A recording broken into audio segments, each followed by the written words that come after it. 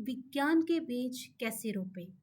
यह बात बार बार दोहराई जाती है कि बच्चों को खेल खेल में पढ़ाना चाहिए। मगर खेल खेल में पढ़ाने का मतलब क्या है? उनको मैदान में खेलने को कह दिया जाए और शिक्षक उनके पीछे दौड़ भाग कर विज्ञान पढ़ाएं। यह भला कैसे संभव है? आखिर विज्ञान के बीज बच्चों में कैसे रोपे जाएं? कई दशक पहले कलकत्ता के बहु बाजार के एक घर में एक ऐसी संस्था खुली। वहां महेंद्र नाथ सरकार ने बच्चों में विज्ञान के बीज रोपने की शुरुआत की। उन्होंने एक दूरबीन लगाई जिससे ग्रह और तारे दिखाते, बच्चों को कई वैज्ञानिक प्रयोग भी सिखाते, यहाँ तक कि वह सांप पकड़ कर लाते और उन पर प्रयोग करते। धीरे धीरे यहाँ मजमा लगता गया और कई नवयुवक प्रयोग करते गए। इसी संस्था में प्रयोग करने वालों में से एक थे सीवी रमन, जिन्हें बाद में नोबेल पुरस्कार दिया गया।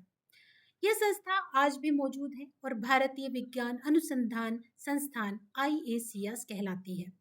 लेकिन यह तो खेल खेल में सीखना नहीं कहा जा सकता। हर विद्यालय में यूं दूरबीन और प्रयोगशाला बनाना कठिन भी है और महंगा भी। अमेरिका और यूरोप के प्राथमिक विद्यालयों में भी ऐसी सुविधा नहीं है। तरीका हो जो सर्वसुलभ हो। नॉर्वे और पश्चिम के कई देशों में एक योजना शुरू हुई है जिसका नाम है विज्ञान के बीज पाठ की जड़, seeds of science roots of reading. यह अमेरिका के विश्वविद्यालय में विकसित की गई और नए सिरे से विज्ञान की पढ़ाई शुरू हुई। दूसरी कक्षा के बच्चों में यह बीज रोपण आरंभ होता है और 5वीं कक्षा तक छोटी पौध दिखने लगती है। जैसा नाम से ही स्पष्ट है कि विज्ञान के बीज रोपते हुए पढ़ना लिखना भी सिखाना है। विज्ञान की किताब अलग से बनाकर उसे बस्ते का बोझ नहीं बढ़ाना। विज्ञान उन कहानियों और पहेलियों के बीच ही छुपा होगा जिससे बच्चे पढ़ना सीख रहे होंगे। इसके 4 अंग हैं: पढ़ना, लिखना, करना और बोलना। जैसे दूसरी कक्षा में एक पतली सी किताब है, अगर कागज के जूते बनते। पहले इस किताब को बच्चे पढ़ते हैं जिसमें हर पन्ने पर एक चित्र है। कागज का जूता पानी में गल जाता है, प्लास्टिक का जूता फिसल जाता है, शीशे का जूता टूट जाता है, लोहे का जूता भारी है। वह इसे पढ़ते हुए अलग अलग पदार्थों को समझ रहे हैं। इसके बाद उन्हें कहा जाता है कि किस चीज के जूते ठीक रहेंगे, लकड़ी के जूते ठीक रहेंगे या और किसी चीज के जूते ठीक रहेंगे। अगले दिन बच्चों को अलग अलग पदार्थ घर से लाने को कहा जाता है, जैसे नमक, चीनी, मैदा, आटा या कोई भी अन्य चीज। कुछ पदार्थ शिक्षक भी लेकर बैठते हैं। उन्हें पानी में घोलकर पता लगाने को कहा जाता है कि सबसे ज्यादा चिपकने वाला पदार्थ कौन सा है। बच्चे यह करते हुए पदार्थों के घुलने और चिपकने की प्रक्रिया को समझ रहे होते हैं।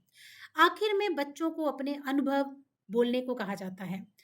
अक्सर इस प्रक्रिया में बच्चे के मन में कई प्रश्न उभरने लगते हैं। वे पूछते हैं कि भला कोई पदार्थ गल क्यों जाता है, कोई पदार्थ चिपक क्यों जाता है। इस प्रक्रिया में उन्होंने पढ़ना, लिखना, करना और बोलना सीखा, मगर साथ साथ कुछ विज्ञान के बीज भी उनके मन में ढले। इस तरह के सेट बनाकर कुछ और भी क्रियाएं हैं, जैसे अलग अलग पदार्थ लेकर आना और देखना कि इसमें से किसे आसानी से तोड़ा जा सकता है।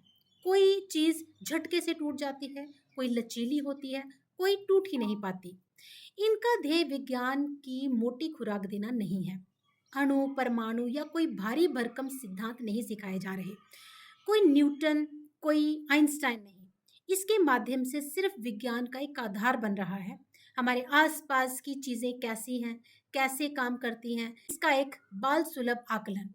इसलिए इस विषय को विज्ञान न कहकर एक प्रकृति ज्ञान, नेचर नॉलेज कहा जाता है। इसी पद्धति में एक होमवर्क यह भी है कि बच्चों को प्रश्न बनाकर लाने होते हैं। सोचकर ये आसान लगता है कि उत्तर नहीं ढूंढने, सिर्फ सवाल बनाने हैं। लेकिन यह अभ्यास बेहद रोचक है। जैसे एक रस्सी सामने रख दी गई और कहा गया कि इस पर प्रश्न पूछो। किसी ने पूछा कि रस्सी का रंग क्या है, दूसरे ने पूछा यह किस चीज की बनी है, तीसरे ने पूछा यह कितना वजन उठा लेगी और चौथे ने पूछा इसमें गांठ कैसे लगेगी। सवाल बढ़ते चले जाते हैं, भले उत्तर मालूम ना हो।